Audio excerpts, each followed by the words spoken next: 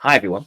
So today I'm going to do something which is continuing the same, continuing explain correctly, but I'm also going to do something different. And by different, I'm going to stop talking about each type individually. I'm going to start comparing and contrasting them. Now, you may have the impression, a false impression, from the Myers-Briggs type indicator that types which have similar letters are going to be very similar, and that types with different letters are going to be more different. So that, say, an ENTP and an ENFP are going to be far more similar than, say, an ENTP and an ISTJ. Well, you are going to be mistaken. In fact, each type, every type in the whole of Jungian typology is equally different and equally similar to each and every other type in Jungian typology. Now, that may raise an eyebrow for you. Surely that can't be the case because the letters are going to differ. But here's the thing. The letters only tell you 4 dichotomies, which is the minimum number of dichotomies required to simply articulate the existence of 16 types. If you were to actually go into all the other dichotomies, you would see that actually it becomes far more nuanced in terms of how these different types differ and actually are similar to one another. And there are actually 15 dichotomies, 15 type dichotomies. You have the 4 Jungian dichotomies, which you probably already know, I've already gone into, but there are another 11 Reinin dichotomies created by Gregory Reinin. He is a sociologist, but what he was able to do was to show mathematically that there had to be another 11 dichotomies. In fact, the number of dichotomies describing a certain number of entities is always going to be equal to the number of entities minus 1. So there are 16 types, there are actually 15 type dichotomies, and 4 are accounted by Jung, so the remaining 11 are accounted by Reinin. So what we're going to do, we're going to start with the ENTP and the ISFP, and this is the ENTP and ISFP as described in my ENTP Explained Correctly and ISFP Explained Correctly. So go watch those videos first, perhaps, so you'll know, for instance, that the ISFP starts with introverted sensing, not introverted feeling, if you understand the types correctly. And we're going to compare and contrast them. We're going to go through the different type dichotomies that they have in common, and then the ones in which they differ. So to start with, let's talk about the 7 dichotomies they have in common. And as I said, every type with every other type will share 7 dichotomies in common and differ on 8 of the remaining 15. So first of all, we have irrational or perceiving versus rational or judging. As you can see, ENTP and ISFP, the one letter they share in those 4 is the P. So they are both perceivers. And as you would probably know from my perceiving versus judging explained correctly, JVSP explained correctly, this is all about whether you are more oriented towards the is or could be, will be, may have been. If that is the thing setting your needs, your motivators, your drivers, or if you're more about the oughts or the shoulds. And in the case of both these types as perceivers, it's more about desiring what is, desiring what could be, will be, may have been. And the oughts and the shoulds are more constructed as a means towards those ends. So both these types, the ISFP, which is all about the maintaining of comfort, and the ENTP, which is all about the pursuing of new ideas and different ways of thinking, they are both motivated by the is/could be. And so they are both perceiving types.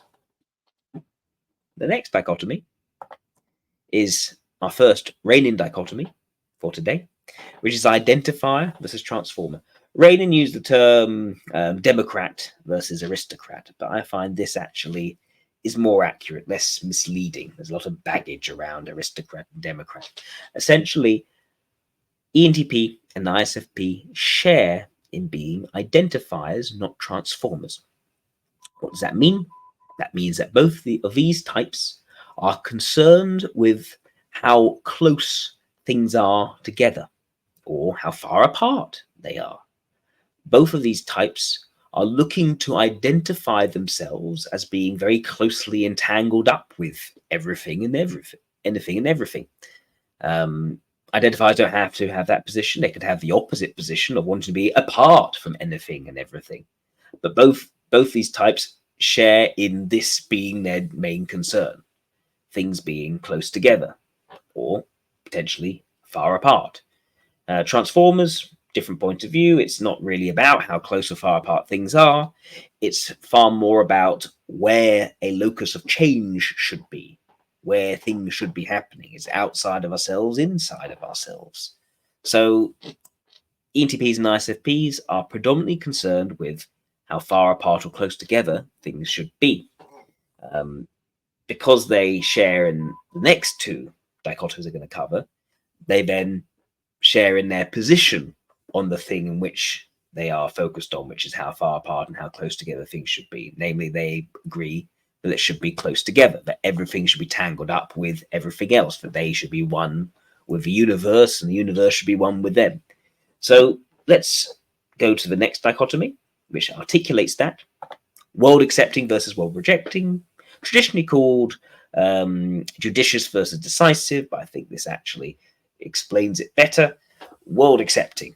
ISFP and ENTP are both world accepting. They are both concerned with, they both value and appreciate an approach to the world which is open to all the new possibilities that could happen, while savoring and appreciating the day-to-day, harmonizing their experiences of the day-to-day.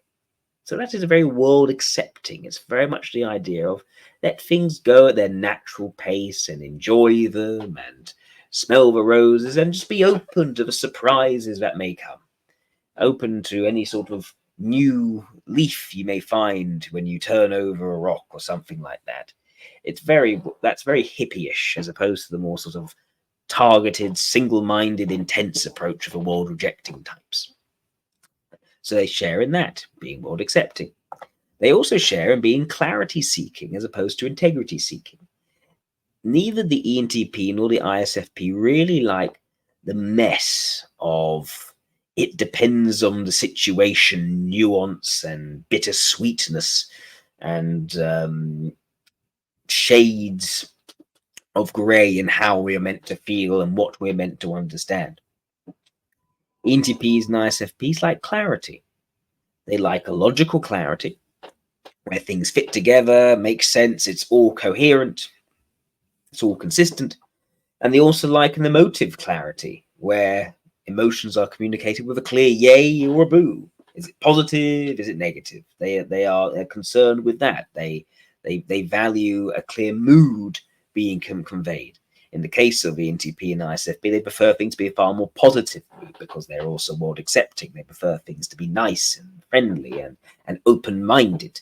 But they do like that clarity in terms of mood and in terms of the logical consistency, the underlying philosophy of theory and everything cohering under it. So clarity seeking, not the messy nuance of integrity seeking. So yeah, we got some other dichotomies here. This one I'm pretty sure you haven't heard of. I would have only mentioned this before in my course, but this is space locked versus time locked. Now you can learn all about these different dichotomies in my course, by the way, and I'll talk about that just towards the end. But yes, space locked versus time locked. So the idea here is that the ISFP and the ENTP are both space locked. They are both kind of stuck in either the here and now or anywhere else, either here or anywhere else. The ENTP is anywhere else, and the ISFP is very much in the here, where we are right now. And the idea here is that the ISFP is very much about introverted sensing to the exclusion of extrovert intuition, and the ENTP is the opposite, all about extrovert intuition, almost to the exclusion of introverted sensation. So they're very much stuck in terms of space. But that also means that in regards to time, they actually share very much in being able to situationally switch between different approaches to time, whether that is the immediate action, the tactical here and now approach, or the more sort of long-term strategic thinking, where things are going. So whereas ENTP and ISFP are sort of separated out in their sense of here versus anywhere else, they're actually very much able to share in the ability to both think about the now and both think about the later. So yeah, that's something which both the ENTP and ISFP share in common. The divergence of NE and SI on the axis, but the congruence and the bringing together of NI and SE. Both of them can think strategically and act tactically. Similarly, in terms of sight-locked versus speech-locked, ENTP and ISFP are both sight-locked. What do I mean by that? Well, they are locked in terms of their TE versus FI. They are the ENTP is very much about the TE to the exclusion of FI. The ISFP is very much about FI to the exclusion of TE. These are types which, in the one hand, the ENTP is very good at getting across all the facts and the data. They see things in terms of the facts. The ISFP is far better able to see in terms of character evaluation, how they feel towards different people. So yes, they're kind of locked in that. They're both locked in that, but that means they're also both very fluid in terms of speech, in terms of the assigning of an underlying structure to the meaning of things, TI, or the communication of the meaning of things to others through the emotive communication, which is more to do with FE. So both the ENTP and ISFP are able to both create structure to understand things coherently and to emotively communicate that to others. You could even go so far as to say that an ENTP and ISFP, these are types who both share in the ability to analyze in terms of the underlying structures and patterns of longer term trends, and in the moment manage crowds, convince others of their point of view in the here and now. That suggests to me that in terms of their capabilities, what they can situationally switch towards doing, they share rather a lot. I've actually even gone so far as to call the groups that can actually do this, call them also the teachers, because they can kind of do what teachers can do. They can both ISFP and ENTP can assess where things go in the long term and the underlying structures of it, and they can then convince people of it to a certain degree of persuasion in the here and now. They both can stretch towards doing that if they need to. So yeah, that is why they're both space locked and both sight locked. So now we come to the last dichotomy they both have in common, which is clockwise as opposed to anti-clockwise. This is also known by socionics people as process and result. Clockwise versus anti-clockwise really gets to the nub of what this means. The way the ENTPs and ISFPs interact with each other, the way they interact on the world, is one which actually moves things forwards in a way. It is a way which sees intuition become ethics, ethics become sensation, sensation become logic, and logic go back to being intuition. It is a very deep theory underlying socionics, which essentially becomes an emergent property of the types and their impact on society. And so the ENTP and ISFP both have a role to play, which moves society forwards in a way. It keeps up a sustained momentum over time, as opposed to a short, sharp ratcheting backwards of what's going on. And ENTP and ISFP, especially in the way that they communicate and they fulfill each other's needs, enables things to move forwards.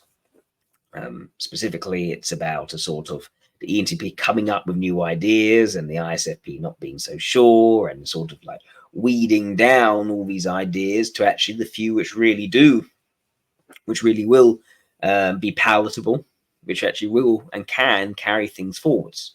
So the point is here that both of these actually create an effect that leads to society moving forwards, as opposed to ratcheting backwards one step. So yeah, they are both clockwise types. So that's a lot about what they had in common. Now let's talk about how they are not common, how they are not in common. There are remaining 8 here.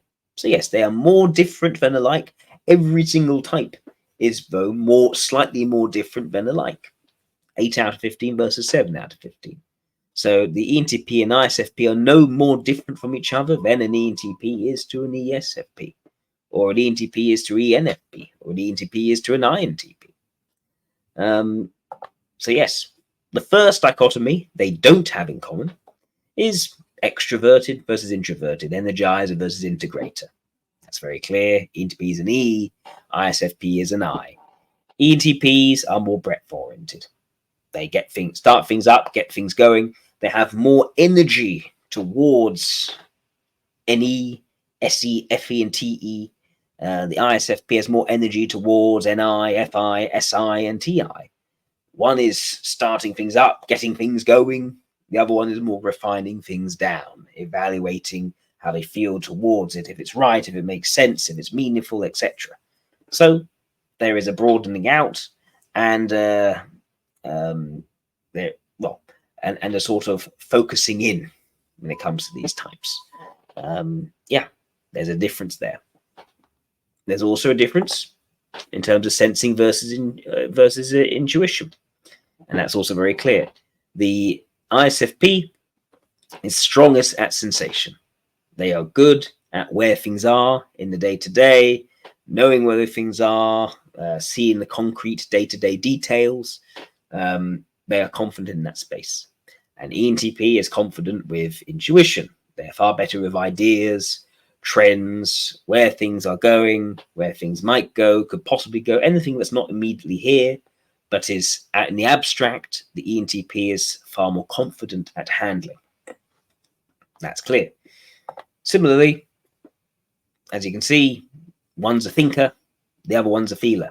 ENTPs are thinkers, or logicians, as I like to say in socionics.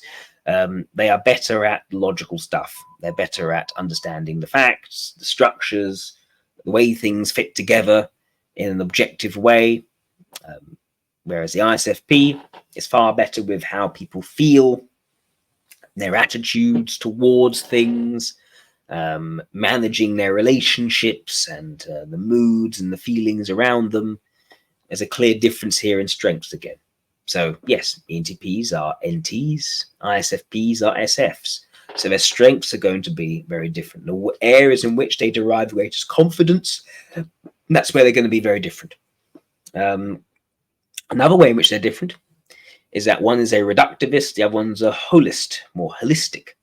What does this mean? Well, this is actually what the MBTI lot think is perceiving and judging. No, it's not. It's nothing to do with judging or perceiving, but that's what they end up assigning to the judging types versus the perceiving types. Every holistic type in a regular Myers-Briggs typing would be given the J. The ISFP will be swapped with the J for that reason. The ENTP is the reductivist. And so let me talk about that. So ENTPs, they are interested in things as discrete and distinct from one another. It's not that they necessarily value things as discrete and distinct from one another, but they often think in terms of that, in terms of their public interactions, in terms of how they interact with the world around them. The ENTP sees, for instance, one idea as distinct from another idea. This possibility distinct from that possibility. That category as different from that category. They they see things as connected together, but each part of it is like a building block that is all then all connects together. There are clear boundaries between the things as they tessellate together for an ENTP. For an ISFP, it's holistic. It's actually more of an overall gestalt-like experience. What you'll find for an ISFP, in fact, is they are more about the holistic day-to-day experience of things. Is it positive? Is it negative? There's no lines or divisions in that, or things being separated from that. It's all an overall thing that's ever-changing. It's not sort of set different modular blocks going together. You also find an ENTP, the things which were most likely to stress them out, the things most likely to be annoying to them, is also, in terms of the more static or reductivist, relationships between people, the different threats and opportunities in their physical environment. Again, distinct static things set apart from one another, connected together, of course, but each thing is again modular. And an SEI, they will stress out over the more sort of long-term, strategic, fact-oriented, where things are going side of things, especially if there's lots and lots of information lending itself towards being pragmatic. And pragmatic is, again, more holistic. So both of these types will both tend to contribute and also see as their bugbear in the world outside of them differently. One in terms of more modular things tessellating together, but not actually being part of an amorphous whole. And that's with the ENTP and the ISFP, far more about these amorphous wholes coming together. So that is reductivist and holist, how they're different. We also find that the ENTP is determined, whereas the ISFP is exacting. What does that mean? What is determined versus exacting? Well, the ENTP is stubborn in their intuition, whereas the ISFP is not stubborn in intuition, they're stubborn in their sensation. What does that mean? An ENTP doesn't really matter if it's extrovert intuition or introvert intuition. Determined types are just going to be stubborn in their intuition, no matter which one it is. The point is you can't change their position in their intuition. Whatever it is, they are fixed in it, and it's always going to be on their terms what decisions they make in regards to intuition. For exacting, exactly the same, only it's in regards to sensation. So the ENTP is going to be determined around what is possible. You can't convince an ENTP what's not possible. They've decided that's possible, that they are opening up that possibility. You can't really put them off opening up that possibility. That is what the ENTP is going to be like. They are determined over what is possible versus not possible, what is meaningful versus actually pointless. The ENTP has very clear opinions in that space. And the ISFP doesn't. It's very easy to convince an ISFP what is possible and not possible. They are quite open to actually having their horizons broadened. ENTPs aren't actually open to having their horizons broadened. They broaden their own horizons. That's the difference. Very open-minded types, ENTP, but that's because they are the ones opening, whereas the ISFP is more interested in being opened by others. Exacting, same thing, but for sensation. The ISFP needs everything in their immediate physical environment to be on their terms. Things need to be comfortable by their measure. They need things to be at the right level of pace and intensity to them and not to anyone else. They'll only decide to actually bring things to be a bit less intense for the sake of other people not making their situation too intense for them. It's all on the ISFP's terms. So yeah, that's one way in which they're very, very different, ENTP and ISFP. ENTP is very yielding in the day-to-day stuff. They are happy for other people to decide their conditions for them. They don't mind that at all. So yeah, that's kind of good, because you don't want to then to share on the same side of this dichotomy, because otherwise they end up at loggerheads, because they'll both want to almost manage the cogs and wheels of what's going on, and that's not something you want to see happen. You want one to yield and the other one to take charge in this area. Same rule applies for this one, contrarian versus obstinate. This is another term which I've used to apply here. Obstinate has appeared elsewhere in another dichotomy in socionics, but I'm using it here differently. Keep that in mind. I'm doing that for good reason, because it better explains the concepts than as it has been traditionally assigned. But contrarian versus obstinate, this is had been called emotivist, constructivist, but I think this better explains what's going on here. In that, the ENTP is contrarian and the ISFP is obstinate. So what does this mean? The ENTP is also stubborn in their ethics as well as their intuition. The ISFP is stubborn in their logic as well as their sensation. That means that an ENTP is not a type which has their mood changed by others so much. The ENTP is looking to set a mood, particularly a positive mood. Sometimes, because it's also, when they do that, it's quite weak, it can backfire, but the point is they are the ones who are trying to set what the mood is. And similarly, if you try to convince them in terms of introverted ethics, they're not going to bite. You can't really convince an ENTP that they are they are bad, they're doing the bad thing. They will double down on their logic to try to, convince you that actually they are good all along or something like that. The ENTP does not deal well with being convinced of the interpersonal political. They like to decide that themselves. They can be very stubborn about that. Similarly, the ISFP gets very sort of stubborn and caught up in their logic. It's very difficult to tell an ISFP, oh, that's not how it works, you need to do this better, or these are the facts you need to consider in understanding this, yada, yada, yada. ISFPs don't like that. They can actually be quite stubborn in how they think things make sense based on their experiences. They don't like being told how it's actually this and how that actually doesn't work that way, etc. They can be quite stubborn in the facts and the logic, in the same way that the ENTP can be quite stubborn in, what is good, what is bad, how they are actually bad when they actually say they're doing the right thing or something like that. They'll get defensive. An ISFP will get defensive over their knowledge and what logically makes sense. So yeah, contrarian versus obstinate. But in this case, it's more from a position of weakness as opposed to a position of strength, because now the ISFP is stubborn in logic when they're a feeler or an ethicist, and the ENTP is stubborn in the ethics, despite the fact that they're actually a logical type.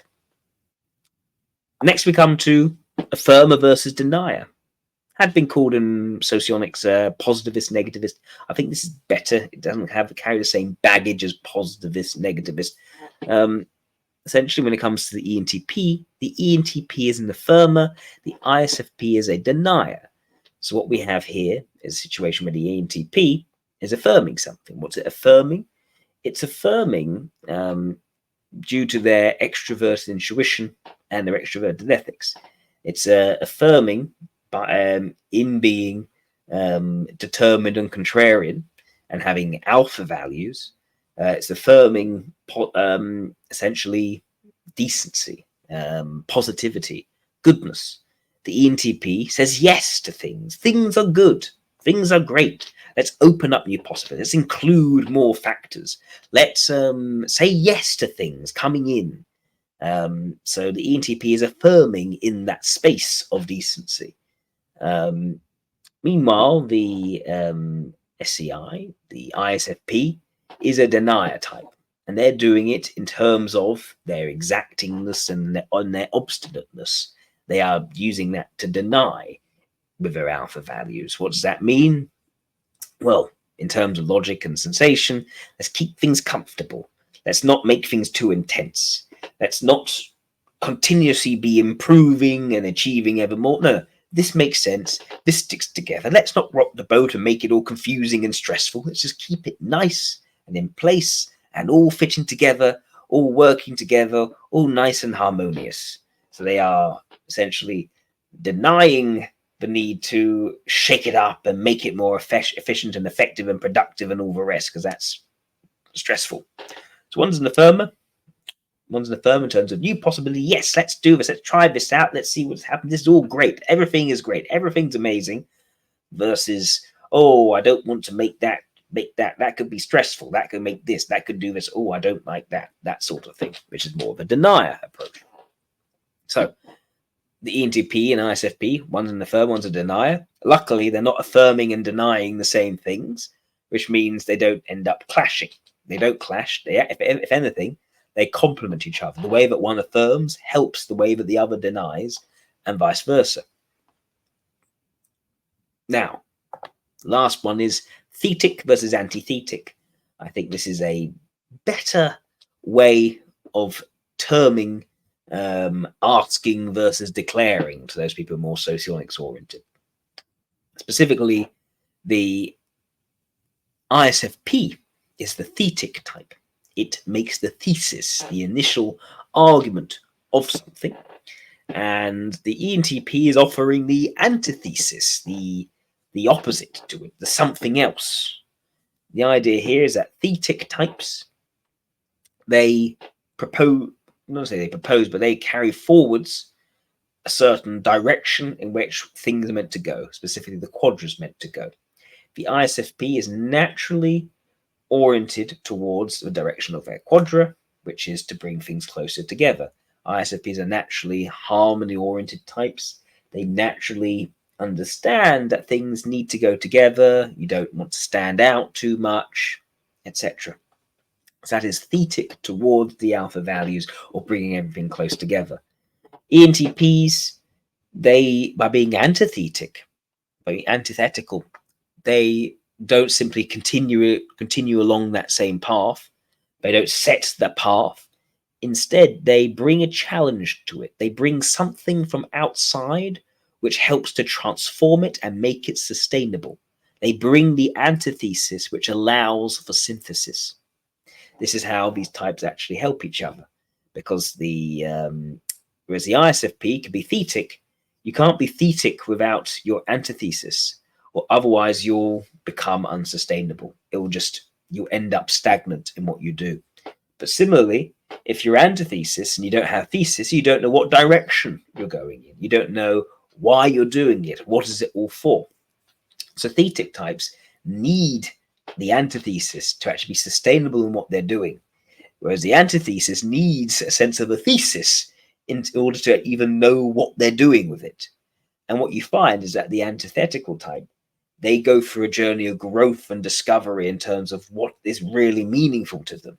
Whereas the thetical type, they are already knowing what they need to do. They just have the extra element brought in to make it sustainable. So the ISFP is already doing that, is already about the harmony and getting on with others and all the rest. But what they need is the more out-of-the-box thinking, the connecting the things together and how it all makes sense, the unique intellectual contribution to a world which is otherwise very much about conformity. And that is what helps the ISFP. And ENTP is, of course, bringing that, but needs the clear direction from the ISFP in terms of, actually, this is not to be the sort of social reject. You're actually meant to find your place in society for your unique contribution. So yeah, these are the ways in which the types are both similar and in which they differ.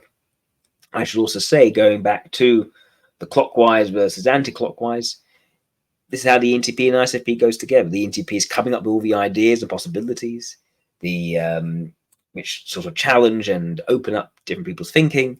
The ISFP tends to sort of be like, oh, I'm not so sure about that, not so sure about that, I'm not so comfortable with this, not so comfortable with that, until it gets to the point where actually the ISFP is comfortable with an idea, is convinced of it, and then things move forwards, hence why they are a clockwise pair as opposed to an anti-clockwise pair. But yeah, I hope that was helpful. I'm going to do more videos comparing and contrasting different types.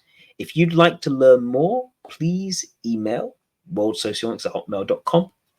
I have my course, so you can learn all about these different dichotomies and how they go together for each of the types. Yes, please feel free to find out more about this. My course has been already discounted to only £300 now. So if you'd like to learn more about socionics, please email me. If you'd like to find out your own type and do a typing session, yes, please email me as well. That costs £100. I'm still doing them for people who email me asking, do I still do them? I'm still doing them, just that most of them are private, not public, because most people prefer not to have their video out there for everyone to see, understandably. Anyway, thank you for tuning in. Wishing you all the best.